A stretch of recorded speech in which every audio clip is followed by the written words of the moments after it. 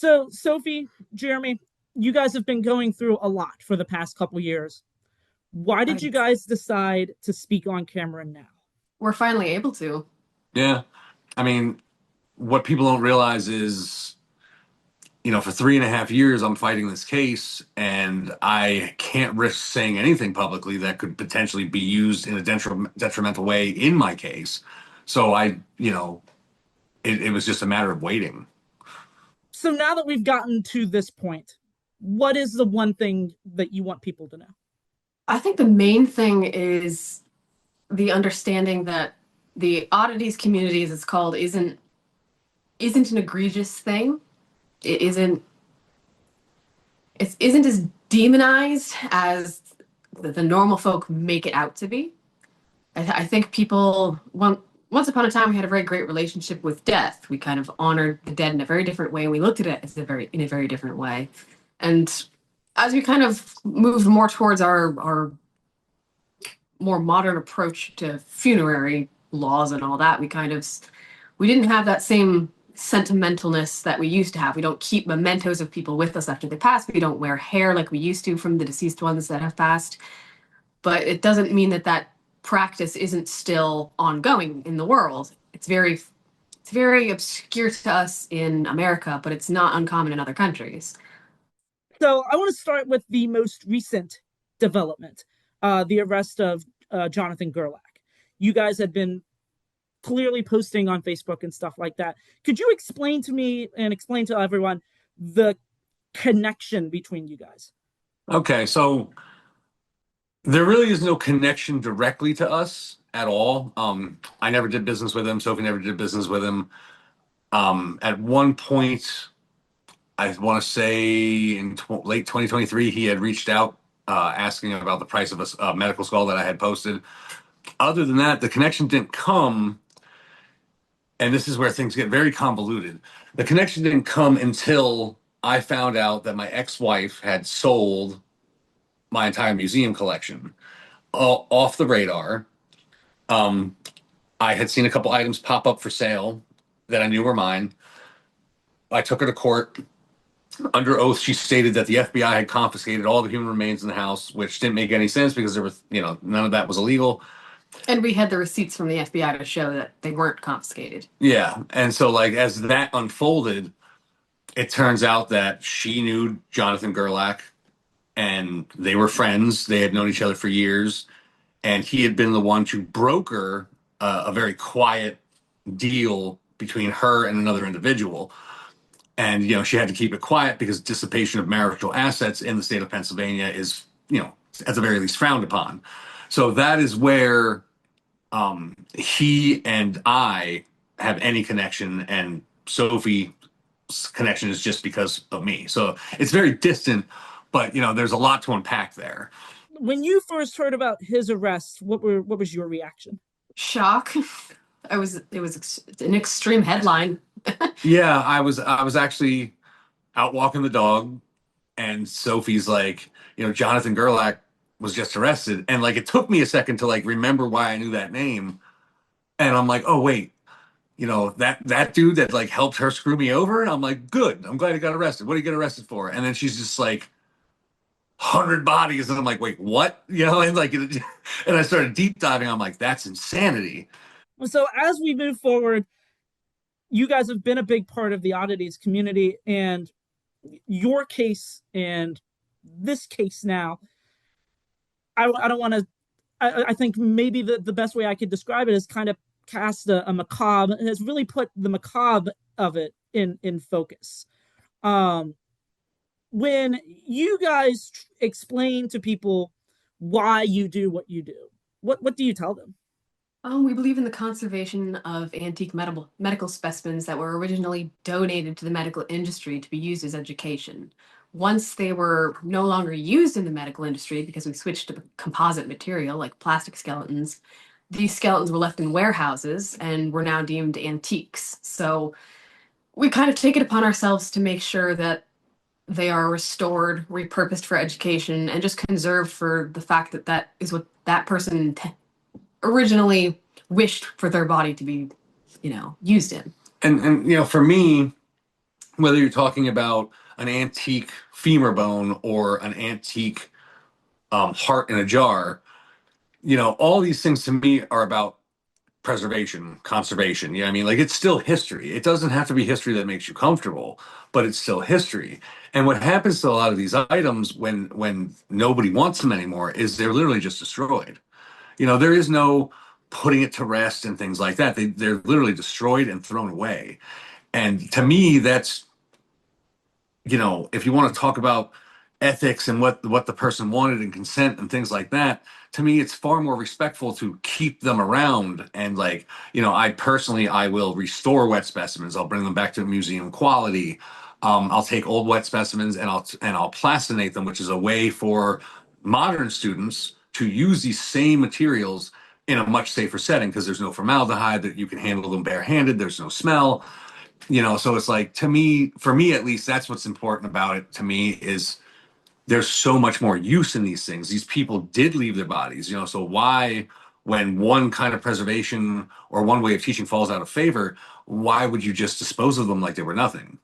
So you are, even in this present time, still working with stuff like that and selling them for that type of educational value. Oh yeah, yeah. Like, yeah, I still work with we both do diaphanization, we both do plastination. We do fetal memorials for women that have had miscarriages at home that decide to grieve in a different way. We work with cremains. So if somebody had a loved one cremated and they'd like a memento of sorts, a pendant or a ring. One of my favorite things I've ever gotten to do was, a woman had a teenage son who loved music, and this was just a few months ago. He had passed away, and she had reached out to us and said, "Can you make guitar picks out of my son? He loved music," and told me this heart moving story. And I was like, absolutely, and stuff like that we do free of charge, because, like, again, while some things may not seem societally normal to most people, when it comes to grieving, anyone should be able to grieve the way they want. I think that's really interesting. And you had mentioned doing some of the stuff with the fetal remains and stuff like that. Could you talk a little bit about what the parents say to you when you go about doing all of this? The parents will reach out to us and they'll either have a loss that they're expecting, or they'll have just had a loss. And as long as they're within the state or get it to us by legal means, they'll bring it in and I'll diaphanize the specimen, or we'll what is here? I don't know. We'll preserve the specimen how they wish.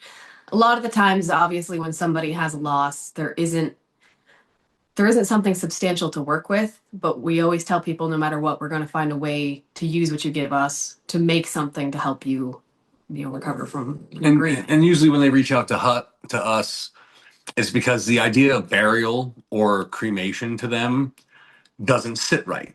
They're like, I'd rather turn this loss into a joyous thing, a piece of art, something that they can appreciate. And again, not everyone's going to understand that.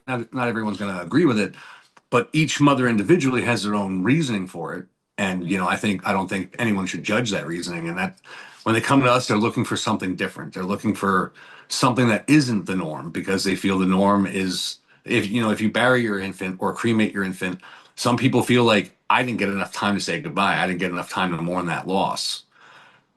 So by having a diaphanized specimen, or, any other kind of, we actually did a plastinated specimen that Sophie fixed into a pendant, because there wasn't enough material to do a diaphanization, but we managed to create something that the mother fell in love with and was very happy to have. Something that they can keep close with them, I think. How do you guys still have your store up in northeastern PA?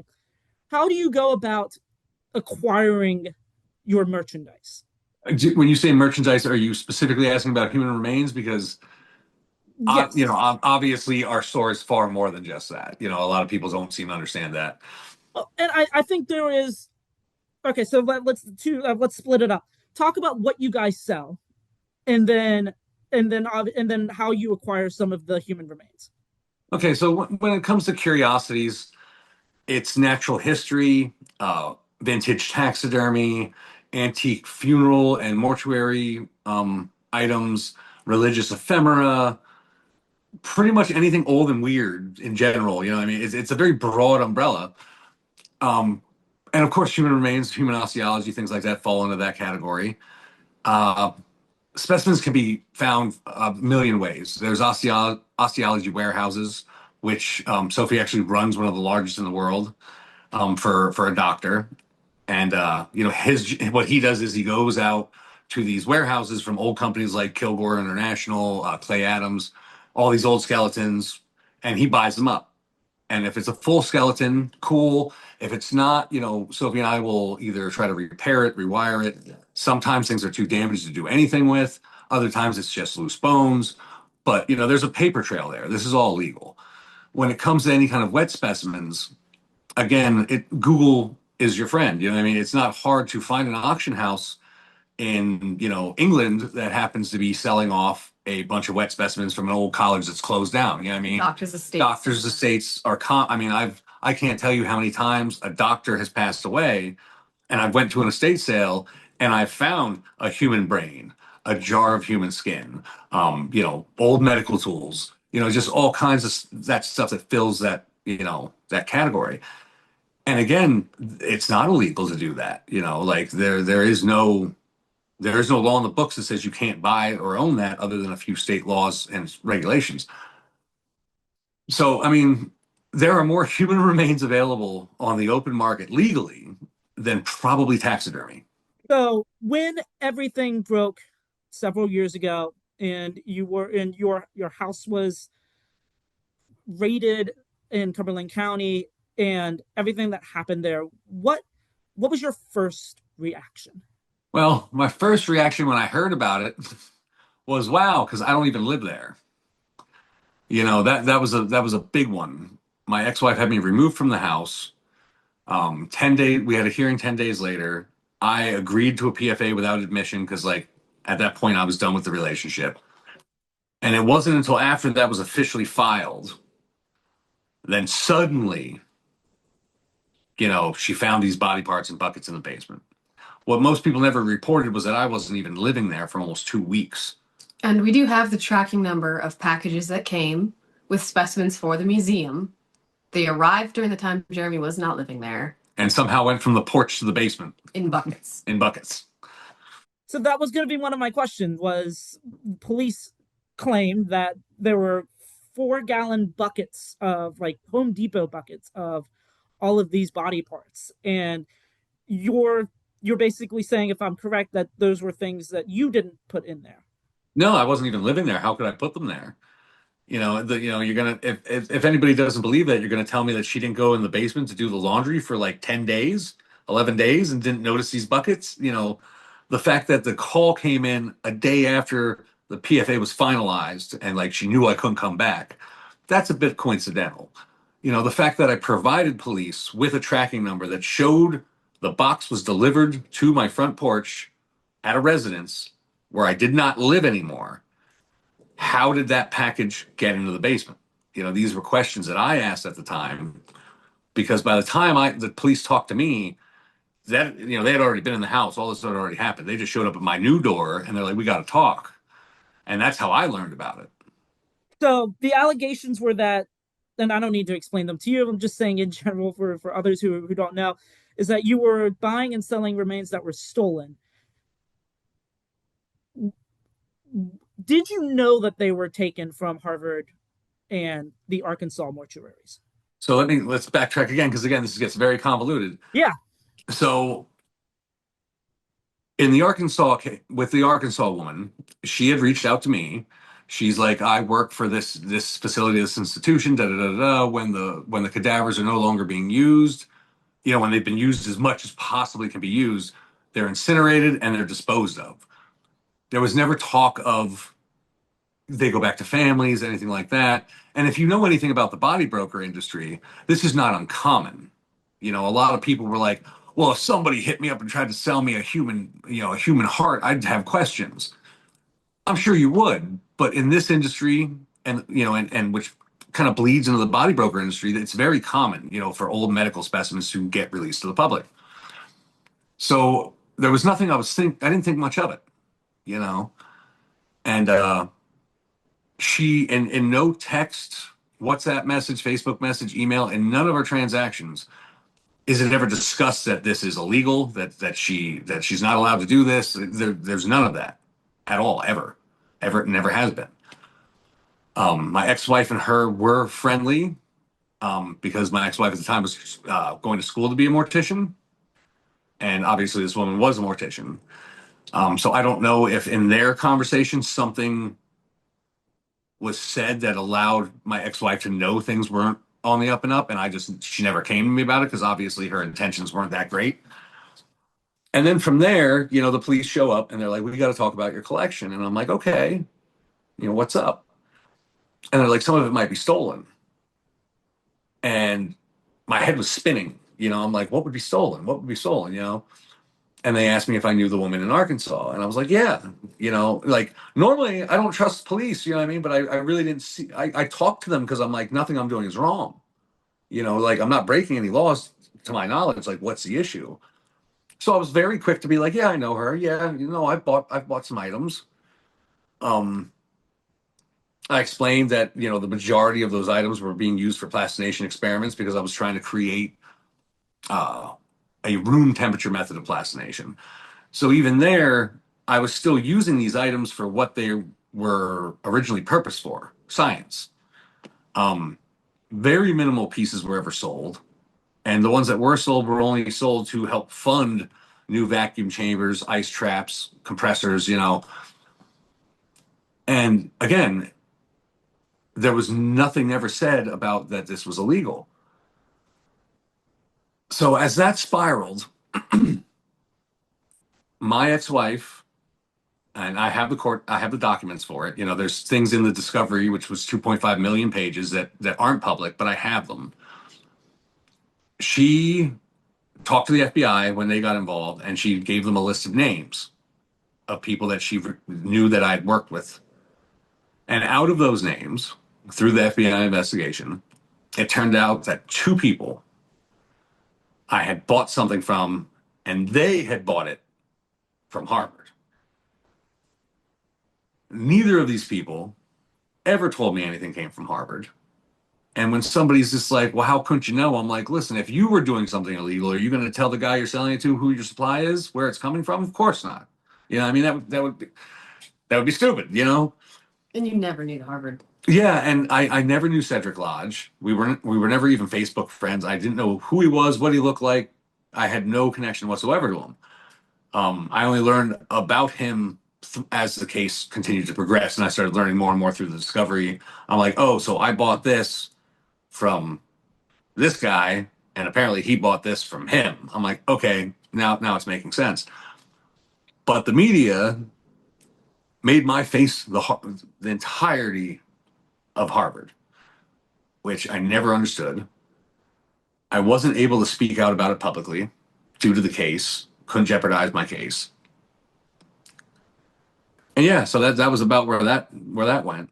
So as you learned more about what was happening, um, and as this case progressed, um, what was your role? What were the feelings that you had going through everything? A lot of anger, for many, many reasons. One, which again, most people didn't even know in the beginning. Like my ex-wife had me removed from a house, wiped out my bank accounts, you know, stole my dog, like everything. And then 11 days later calls the cops because she finds body parts. Like, that was a whole part of the story that I don't know. Maybe let's look at the angry ex. You know what I mean? Like this seems like it's not making sense. Like it was just too perfect of a bam, bam, bam situation. So I was very irritated, very mad, very upset. I was 11 days into trying to put my life back together after having everything taken from me. And then this happened. And then from there, it's like I'm like, I'm trying to stay positive the whole time because I'm like, well, I know I didn't do anything wrong. I know what I know. I know what is real. I know my truth. And it just spiraled. And I absolutely blame the media for it because, again, there was zero connection to me to Harvard, but that's what made it go viral. That's what made it take off. I was angry because of that. I was angry about how I was being misrepresented. I was angry that, no one was talking about the museum work I was doing. No one was talking about the preservation work I was doing. No one was talking about the amount of my time and money I've put into in passion to work on a new preservation method that I wanted to donate to local facilities and colleges. That, hey, at the local community college, the biology department, I can take all your old wet specimens now and I can do something with them that you can put them back into the curriculum safely. There was a lot of things I was working on, and none of that mattered. All that mattered was things that were never proven, like buckets in the basement. Just because they found buckets of body parts in the basement didn't mean I put them there, but that was being spread around like gospel. You know, um, I was angry that I became the face of Harvard when I had nothing to do with it. I was angry. God, what else was I angry about? There was a lot. You know what I mean? I think the main thing was that, one, you'll notice there is no other mugshots of anybody else that were used. The mugshot of Jeremy was not from this case. Yeah, it was like from 20 years ago. It's a very old mugshot that just got spread around. It was definitely and absolutely used for clickbait. It was a shocking title with a shocking face, and it promoted the idea of the hatred towards alternative people. But, show me a mugshot of Cedric Lodge, Denise Lodge, Angelo Pereira, Andrew Insanian, Joshua Taylor, Katrina McLean, Matthew Lampy, anyone else involved in this, you're not going to find a mugshot. And when somebody wrote an article about any one of those people, somehow it was my face on the article. And sometimes, they were saying that was them. Like, the media portrayal was so off, it was like AI wrote it. And it wasn't making any sense. The dates were wrong, the names were wrong, locations were wrong. And it's like, I had already lost everything in my life. I walked out of that house with $1,300 in a car and a suitcase of clothes. And then this happens immediately. My daughter had to deal with it. It was insanity. And I understand, I'm not looking for pity out of it because I understand the knee-jerk reaction from society. I understand the knee-jerk reaction from an average Joe who just sees the headline. My problem was, why is the headline like that? Why is this information being presented in the way it is? Why is so much being left out that could change the narrative? And that was never happening. There wasn't research done in this. To fast forward a couple of years, you were in a federal court being sentenced to 6 years in prison. The federal government has claimed that you were the middleman of all of this. What is your reaction when you hear that they're the ones kind of also putting some of this blame there? It's laughable. And this isn't my opinion, these are facts. If I was a major middleman, and that is why I should get sentenced to 72 months, what would you call Denise Lodge, the mortgage manager's wife, who was packing bodies, taking payments, contacting customers? If I'm a middleman that deserves 72 months, why did she get 12 months and a day? Why did Angelo Pereira, who was smuggling dead children out of the hospital he worked at in his lunchbox, get 18 months and is already in a halfway house on his way home? Why did Andrew Insanian, who not only was buying these body parts and dead children from Angelo Pereira, he was urging him to steal them. And he was buying from the lodges with orders as large as 24 human hands at a time. If I truly am a major middleman, and there is documented evidence in every single memorandum about who bought what and how much they bought, then how can these people get 18 months, 12 months, and 6 months? So what do I think of the sentence? I think it's laughable. And now I know you are appealing the sentence and everything. How is I know that has just begun. Where were you guys kind of hoping that goes? Anywhere, really, because there is federal law regarding sentencing disparity. A judge needs to do his job as to not have sentencing disparity amongst co-defendants or similar cases. I don't think anyone would disagree, whether you like me or not, that this is absolutely a case of sentencing disparity, as I already broke down the facts. You can't give somebody who was smuggling dead children out of a hospital and selling them 18 months, and then a guy who bought things third party and call him a major middleman and sentence him to 72 months. It doesn't make any sense. The facts, it just doesn't track. So when you pleaded guilty to all of this, Mm-hmm. and you have, I was at your sentencing hearing, and you expressed remorse, you explained what you did, and you've made your case. What were you expecting would happen when you originally pleaded guilty? Well, when I originally pleaded guilty, or when I sat at sentencing, Well, let's say both. because it's very different. They were very different.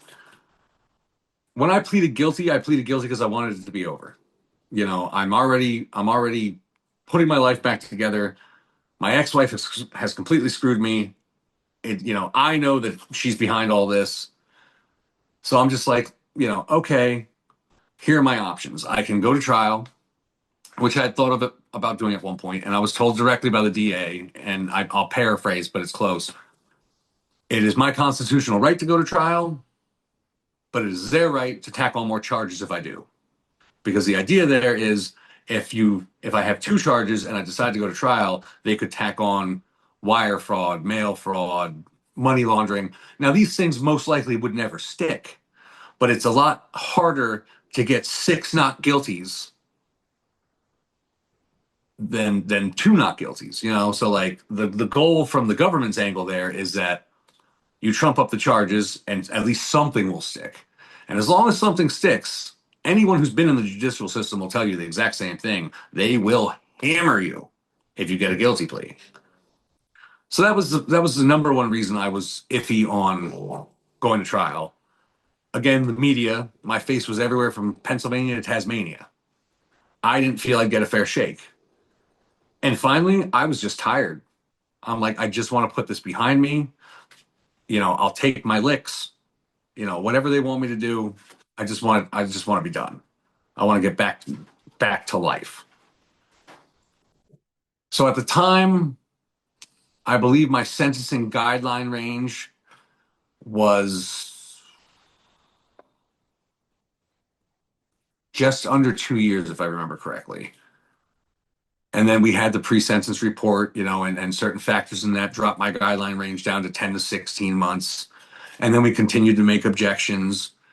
So before I went to sentencing, I was just like, the relative possibility of probation or house arrest was very high, because the government never actually, they know how much money I made in this amount of time, but they never proved how much money, if any, was made from stolen human remains. They never proved how much and what was stolen human remains. So with factors like that and the guideline range, it was like, yeah, I think with objections, it would be reasonable to think I could get down to 0 to 6 months with our objections, and that would put me in a home confinement situation or probation. That changed the day before Thanksgiving of 2025, when I got a call from my attorney that the DA was seeking the maximum sentence of 15 years, which made 0 sense. And their reasoning for this was that I still sold human remains. Now, what was interesting about that was when I pled guilty, we had a direct conversation with the district attorney if it was going to be an issue if I continued the kind of work I do. We were told as long as nothing is stolen, there is no law broken. So I continued to do what I have always done. This became a huge point of contention for them. And the reason they were asking for the 15 years was because I was still selling human remains. They claimed that I thrived on the notoriety of being an oddities dealer. The fact that despite, being on state probation related to this case and being on pretrial supervision, that I leaned in, quote unquote, and opened an oddity shop. So the way they worded it was like I was just spitting in the face of of everything. And I heard that news and I sat back and I was like, we talked about this. Like, you told me it was fine. And reading the memorandum, I think Andrew Insanian's memorandum was like a couple pages long. Mine was 217 pages of them just being angry about things they couldn't prove and basically being mad on an emotional level that I still sold human remains, and tried to say that that meant I wasn't showing any acceptance of responsibility. I disagreed with that. I disagreed with that. We argued it in sentencing, and as you know, we won that argument. So yeah, by the time I got to sentencing, I was very high strung. At sentencing, as we sat there, again, you were there. You heard all our arguments. You heard we won most of our objections. At the end, they decided that my guideline range was 0 to 6 months. That was my suggested range, as it was for everyone else that's been sentenced up until now. And before me, the only person that really, took a hit recently was the morgue manager. Obviously they were asking for 10 years. He got 8. He's at the top of the totem pole. That would make sense. Me as a third party buyer, I was like, yes, 0 to 6 months. Andrew got 6 months. You know what I mean? Andrew Insanian got 6 months. I'm like, that makes sense. Even if I go to prison for a little bit, I was like, I'll take it. A law was still broken. I can't change that. I just, whatever it takes to get done. So when they gave me, the 72-month sentence, I didn't have words. It didn't make sense to me. I had my family there, my friends, my daughter. The first thing that came out of my mouth when my daughter and I walked out of the courtroom was like, I'm not going to see you graduate. But people that can smuggle dead babies out of the hospital in their lunchbox, he's got kids at home and he's already on his way back. That's okay, apparently. And, it was a lot to deal with because, everyone that's ever been in trouble in their life is like, oh, it's not fair. It's not fair. And I get it. Legally, whether I knew something was stolen or not, stolen property was transported. That's what I was charged with. Okay, I'll take that. Like I can't argue that fact. But to sentence these other people the way you have for actions far more egregious than what I did, none of these people were doing anything educational with these items. None of them were even, it was all money. It was just about money. I'm the only one that could prove that I had something to offer by continuing to work with those remains. And it's just, I don't know. It still doesn't feel real. It really doesn't. Because this shouldn't have happened at all. It never should have happened at all. Like Harvard and the lady in Arkansas, these facilities should have better security, better eyes. It just shouldn't happen at all. And I meant what I said when I say I felt terrible for the families because, yeah, I can't imagine if I was in their shoes. You know what I mean? Like it's not okay. But I wasn't your boogeyman. You talked about the sentencing. You talked about kind of everything that you were going through in the thought process that you had with all of it. Um, I think the question I have, one of the last questions that I have is, how do you move forward after this? I mean, depending on what happens with the appeal and everything, how are you trying to get your life back together? There's not much you can do, really. Yeah, I mean, honestly, my life was together. Like I spent 3.5 years fighting the case, and in that time, like I have a wonderful relationship. I have a fiance. We've parented. She has a son. I have a daughter. We have a family. We opened the shop. It's a thriving business. Where I'm well known in the local community. I think people like me. You know what I mean? Like like things, life other than that case hanging over my head, waiting for it to be over. Like I did put my life back together, which what it makes this that much more surreal to me because it's like I have to do it all over again. Like I've already been tried by the media. I've already been tried by the public. And none of that should have mattered. What should have mattered was the facts or even the lack thereof that the government didn't bring to the table. So the appeal notwithstanding, my goal is to just go in, You get good time. There's First Step Act credits. There's Second Chance Act credits. There's programs that can mitigate, your sentence. And, I could be out of incarceration, but still in custody in some way or another within half my time, which is nice, but it's also like a backhanded compliment because it's like, that's still 3 years. I shouldn't have never even got 3 years. But, Sophie's going to run the shop. I'm still going to be very much a part of like business decisions and what we buy and what we put in there and everything we do. And she's holding down the fort, and I have nothing but trust and faith in her. She's stood by me through all this because she's the only person in the world that sat there in every courtroom. She sat there in every attorney meeting. She read every document. Like, she knows the facts in and out, probably better than I do. And I think that's why she's been so headstrong by my side, because like she sees it for what it was. So we're just gonna go through those motions and you know come back on the other side, and I'm just gonna keep doing what I do. So if we could, yeah, like Jeremy said, you've been there through all of this. Uh, Talk about kind of how this has been for you, how challenging and everything that's kind of gone on, how you're handling it. It's frustrating because, I've seen all the transcripts, I've seen everything. I know the facts of the case, and though I've been able to say more than Jeremy has, I'm still limited in what I was able to say.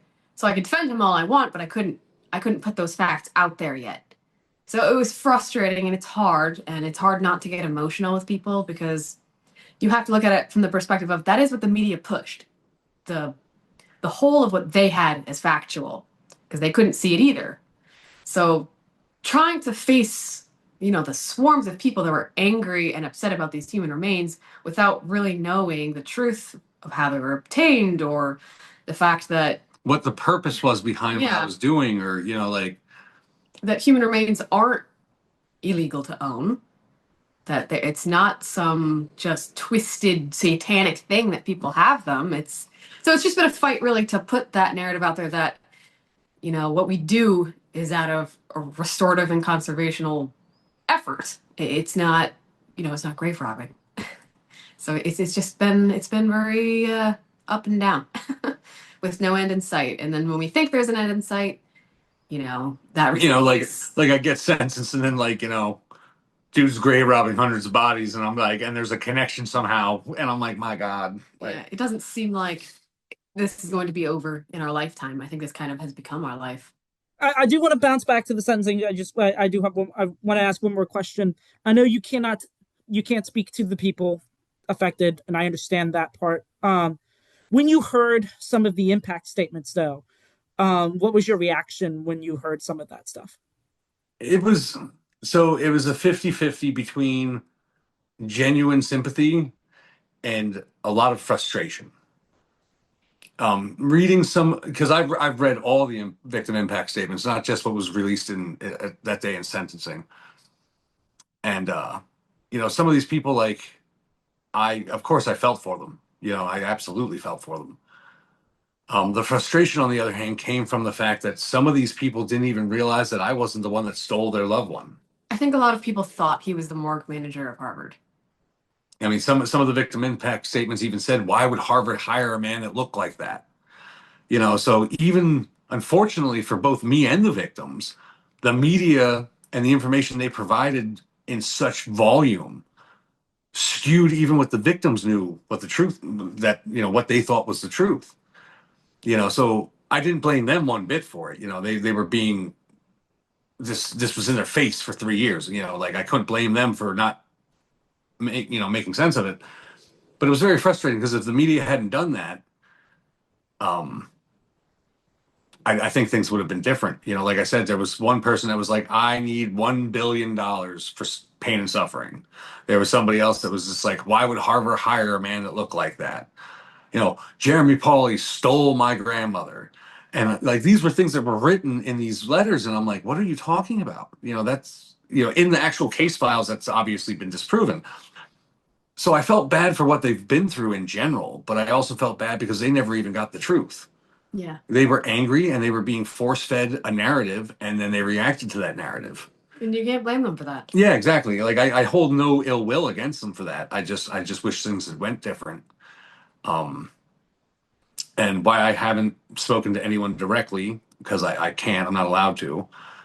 Um, a third party that was did some interviews with a few of them, told me other things that made me happy, I guess you could say, and also sad for a lot of them. A lot of them, from what I heard, um, when this third party reached out to them for an interview, they were told that most people didn't reach out to talk to them. Most people really didn't care what they were going through. It was more about clicks and keeping the drama going. It's another problem that I had with everyone using his face as clickbait, is because it became way more about his appearance than it actually became about these victims. Like, About the families, the media didn't care about the victims. and even Harvard escaped by without any consequences. well, a judge did just overturn the decision in the Harvard lawsuit, so I believe Harvard is still going to court with the families over the class action. Last I read, so that was a win. I was happy to hear that. Um, but at least one of these families had spoken to this third party and said that they went out and wanted to understand what oddities was. That they went out and went to a oddities convention. They went out and found an oddities store, and they were like, "It's not for us, but we can understand why people find it fascinating."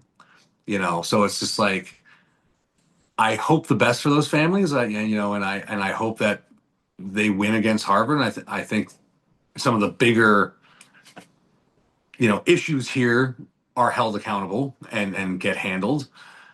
And yeah, like I'll forever feel terrible that despite any benevolent act I had in mind while I was working with these remains and not knowing where they were coming from, it doesn't change the fact that I was involved, and I'll always have guilt for that. I just have one last question. You guys have given me a lot of your time, and I appreciate it. Um, Now that this is reaching its conclusion, what, if any, final thoughts do you guys have, and what would be the parting message for people as we move forward? I think laws need to change. I think funerary laws, the way we handle cremations, the way that we handle the body broker industry, donations of human remains to these facilities. I mean, there's no regulation in the body broker industry at all. Like it's ridiculous.